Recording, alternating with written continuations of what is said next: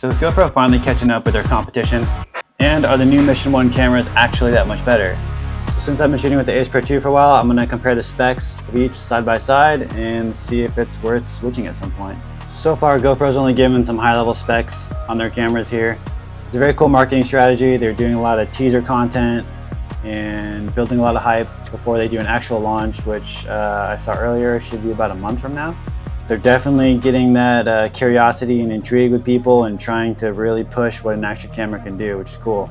All right, so let's see how these Mission 1 cameras compare to the Ace Pro 2 side by side with some of the specs that are available now. First thing to talk about is the new 1-inch sensor on the Mission 1 series cameras, and comparing that to the Ace Pro 2, which has a 1 1/3 inch sensor, and they've already been out for a few years running that. So GoPro seems a little behind on that as far as the sensor size. Another thing we're talking about is the new 50 megapixel photos that the camera can take. And so the few photos they're actually showing on their website do look really good. A lot of detail on them as well. But again, this isn't new or like super innovative. The Ace Pro 2 has been able to take 50 megapixel photos for a few years now. And from all the photos I've taken with the Ace Pro 2, especially in Iceland, I can tell you the quality is definitely there. Another plus that the Ace Pro 2 has is their partnership with Leica. So the Ace Pro 2 has a Leica lens on it, and they also have some really cool built-in color profiles to go with it. So GoPro definitely has the advantage here when it comes to video specs. And they're saying the Mission 1 Pro can shoot up to 8K footage, 60 frames a second, and 4K footage at 240 frames a second, which is crazy fast, really high frame rates. And that's pretty wild for such a small compact camera to have such a high frame rate at 4K or 8K quality. If you're shooting like action sports or something and you really like that look of like super slow-mo stuff, like this might be enticing enough for you to jump on board for it. And like most people, I'm wondering how long you can actually shoot in 8K at 60 frames a second, or even 8K 30. I mean, how long are you able to shoot 8K footage on that thing on the battery? Like, is the camera going to overheat? Is the battery going to last 10 minutes? And there's a lot of unknowns there. They claim that the battery life is much better and that the temperature control is much better. So again, we're going to have to wait and see until results come in from that, from real world testing.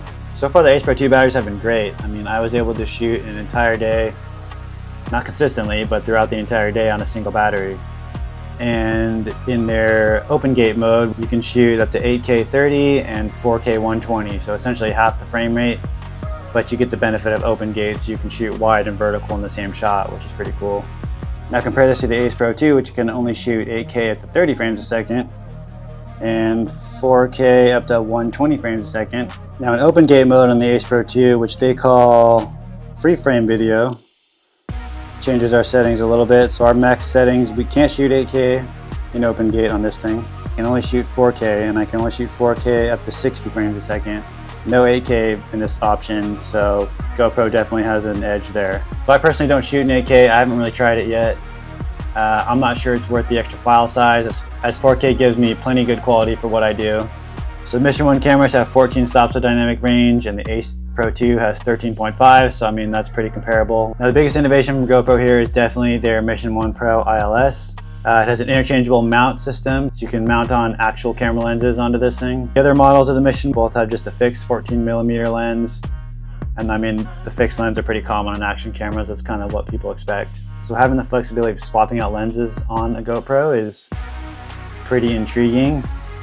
So now suddenly this camera becomes much more versatile while still staying like really small and compact. And the actual mount on the ILS version is a micro four thirds, so you're going to have lenses that can work with that as well. So another thing to consider with that. Now I'm not trying to knock GoPro here. They are trying to do something different. They are trying to do something innovative, and this is an innovative approach to action cameras, but it also doesn't seem practical to me. So you've got a big lens on this thing, you have this tiny little camera, like ergonomically, you're just gonna be shooting, you're gonna hold the lens and like shoot around with it. It just seems kind of awkward. It doesn't really seem practical.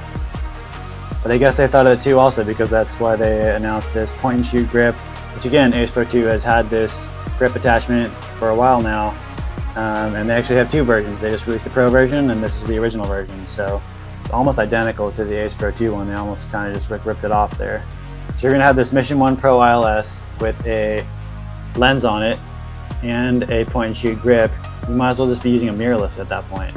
The only reason you want to use a GoPro with the different lenses in that instance is to benefit from the high frame rates so you can shoot the extreme slow-mo stuff. Or if you're in a challenging environment, like you're in like the back of a car bouncing around or something and you need like the extra stabilization from the shoot, then it might benefit you. These are like very specific like situations though where that would actually benefit you. And doesn't this kind of take away the point of an action camera? Like they're supposed to be light, compact, easy to carry around, easy to mount anywhere. So you're gonna start mounting lenses and all these other things on it to make this into basically the same size as your mirrorless full frame camera. Kind of defeats the purpose of a action camera, really.